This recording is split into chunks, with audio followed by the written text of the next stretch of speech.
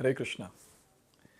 So Krishna is speaking about his inconceivable relationship with the material world.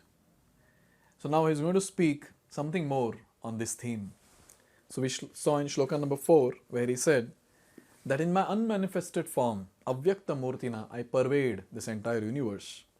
And then he also made a statement saying, Matsthani Sarva Bhutani, all beings are in me, but I am not in them. Now he continues and he says in shloka number 5, Nacha Matsthani Bhutani Pashyame Yogamaishwaram Bhuta Bhrinna cha Bhutasto Mamatma Bhuta Bhavanaha.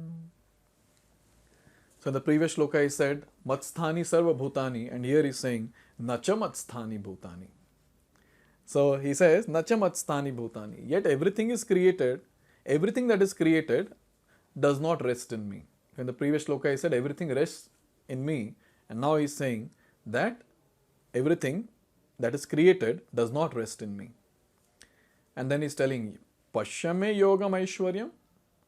O Arjuna, look at my mystic opulence, Yoga Aishwaram. And then he says, Bhuta Bhrin. So he is the maintainer of all living entities. And he's everywhere. Nacha Bhutasto, but still I am not part of the cosmic manifestation, he says. And then he says, Mama Atma Bhuta Bhavanaha. He's saying that Mama Atma, for my very self, is the very source of creation, Bhuta Bhavanaha.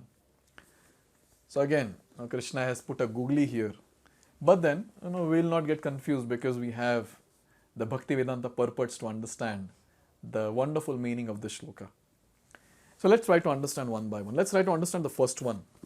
He said that everything rests on him, and now he's saying that nothing rests in him. So let's try to understand this shloka first, this line first. The Lord says that everything is resting on him. This should not be misunderstood. The Lord is not directly concerned with the maintenance and sustenance of this material manifestation.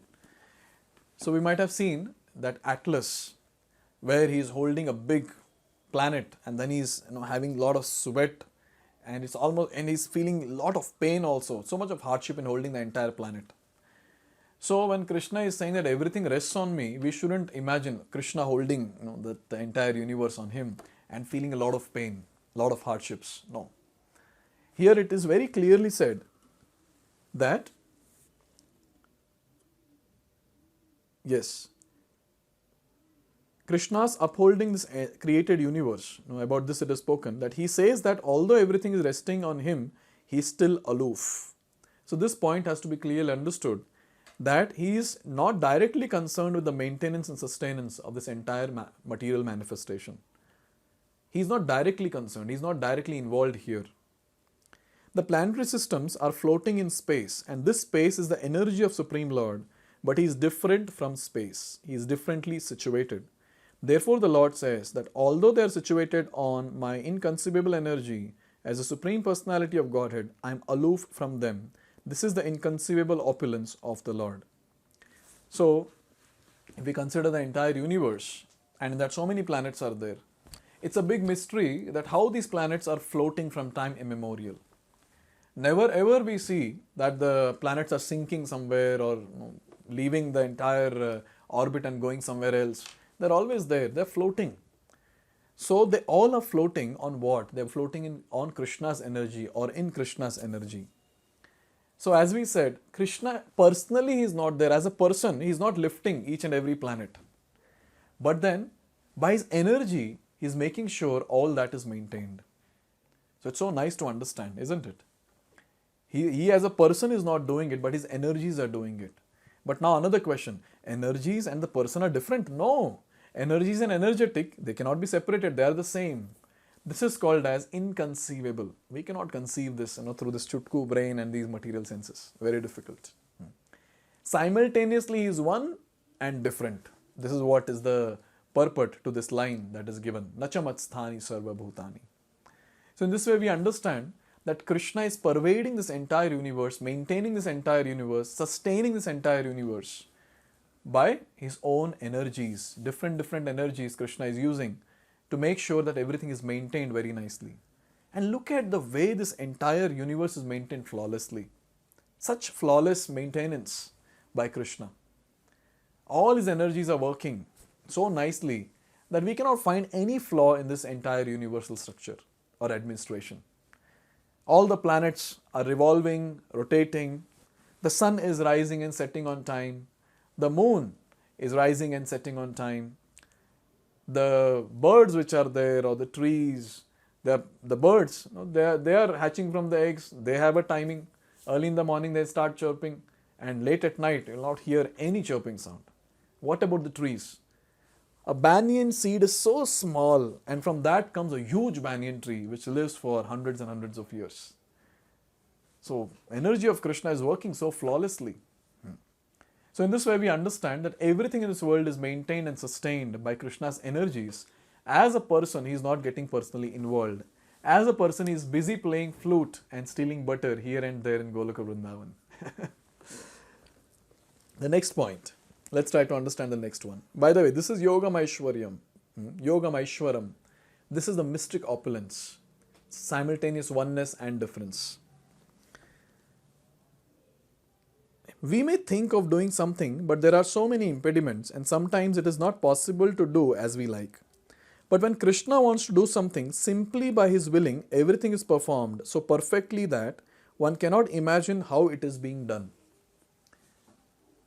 So it's not that Krishna has to personally go and sit and do something like we do. So we plan something, we try to execute, sometimes it gets executed, most of the time we fail, isn't it? Something else will only happen. But when it comes to Krishna, he has to just will. He has to just think that this should happen and it will happen. A very simple example from Krishna Leela. So one night Krishna thought that okay, I should create a different place altogether where all these residents of Mathura can be shifted. He just thought like that. An entire Dwarka was created, and all these people, the Mathura Vasis, they were shifted to Dwarka, and in the morning when they opened their eyes, they could see a different place altogether. And how was this place? Dwarka? How was this place? It was a completely, perfectly planned city. Perfectly planned. Everything was there. Parks were there, roads were there, ponds were there, all the palaces and houses, everything was flawlessly made, flawlessly created. How? Just by thinking and willing of Krishna.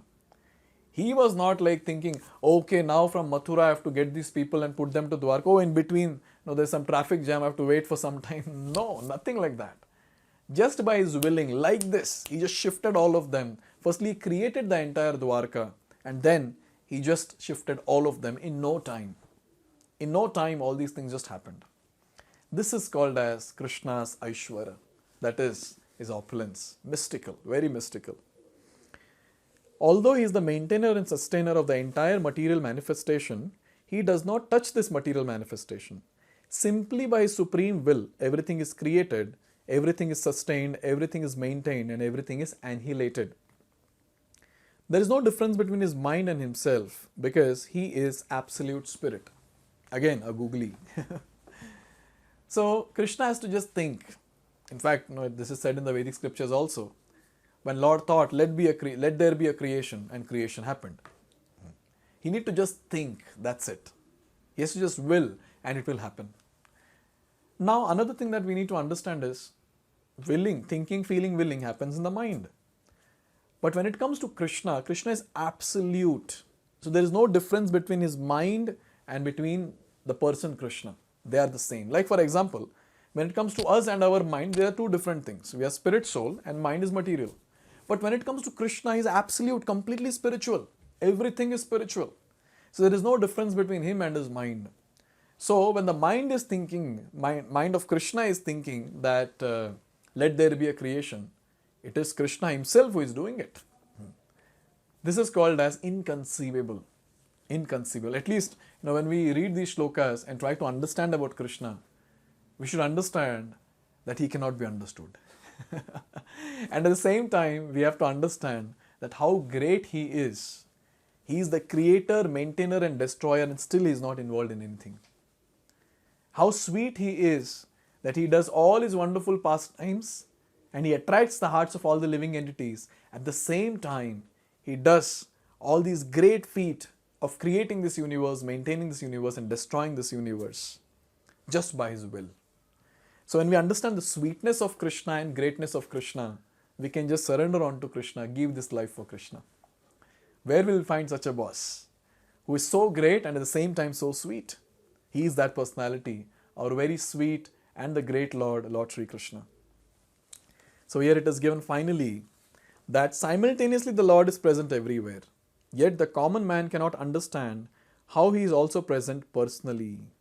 He is different from his material manifestation, yet everything is resting on him. This is explained as Yogam Aishwaram, the mystic power of the Supreme Personality of Godhead. So common man cannot understand all this. Now, very difficult. But for a devotee can understand. How a devotee can understand? Swayam eva spuratyada. Krishna will manifest himself in the heart of the devotee and he will give all the knowledge that is needed to understand the personality Krishna. So in this way, Krishna has explained it very clearly in 4th and 5th shloka about his relationship with the material world. Now, to understand this particular concept, which is looking like complicated, Krishna is going to give an analogy. Because analogies are easy to understand and connect. So Krishna is going to give an analogy to understand the two shlokas, shloka number 4 and 5, and also to understand that all the living entities are dependent on Krishna, but at the same time they are independent. So let's try to understand this in the next video. Hare Krishna. Hare Krishna, Hare Krishna, Krishna